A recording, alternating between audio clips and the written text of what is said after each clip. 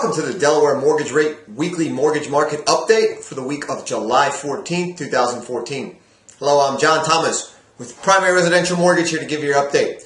Well, last week was a surprisingly good week for mortgage rates. If you take a look at the bond chart on the screen, you can see that the trend had been for mortgage bonds to sell off, red candles, the arrow down.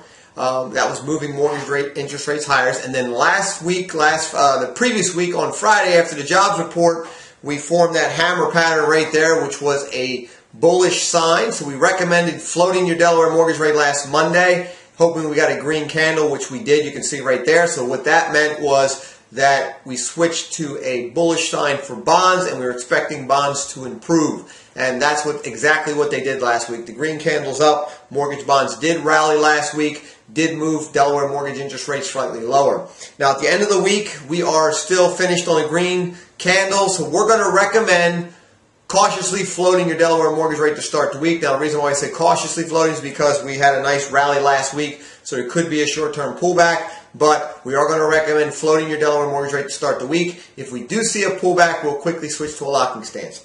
Now, last week we did have some reports from the Federal Reserve. They actually had the Federal Reserve Open Market Committee meeting on Wednesday. They released the notes of that and said the Feds are going to continue their plans for tapering. They're expecting to cut another $10 billion of treasuries and bond buying in their July meeting, and then in September they're going to cut another $10 billion, and then that's going to leave for their October meeting. They're going to actually cut $15 billion to be done at zero. Asset purchase program QE3 is done.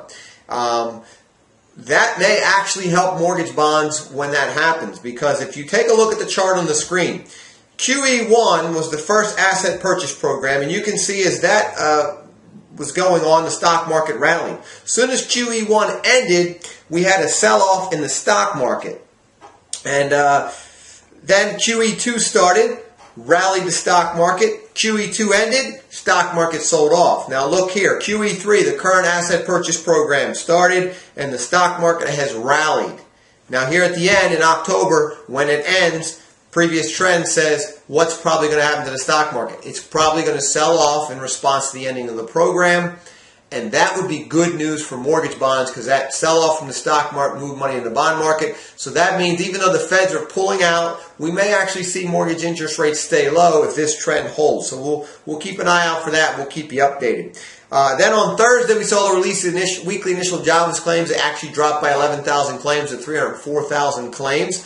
And that's right around a 7-year low. Claims have been hovering in the low 300,000, so been pretty steady there over the last couple weeks, going all the way back to April is where we have to see that we were in the mid 300,000. So good news there on the labor front. But we did have a good jobs report for June. But when we dug into that, 2.5 million people gained employment, but 2.35 million dropped out of the labor force. So not such a good report. Housing news. CoreLogic released a good report on home foreclosure. A national foreclosure report for May 2014 showed a 37% drop in the number of completed foreclosures from May 2013 to May 2014. Now, that's a drop from 52,000 completed foreclosures down to 47,000. So this shows why home price appreciation helps the housing market. As home prices go up, foreclosures drop because people can afford to sell the home, or it gives them an incentive to start making the payments and stop the foreclosure. In the local news, the next free first-time homebuyer seminar is coming up this Saturday, July 19th. That's in Newark, Delaware, from 10 a.m. to noon at the Christiana Hilton Hotel.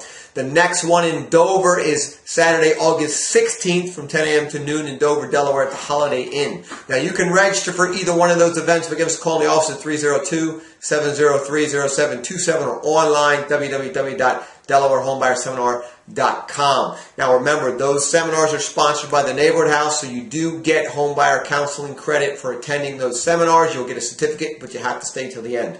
If you are looking for a free pre-approval, give us a call in the office. We can get you pre-approved for a first-time homebuyer program, for a refinance, whatever you're looking for. 302-703-0727 or online, PRMIDelaware.com. Look forward to seeing you guys next week.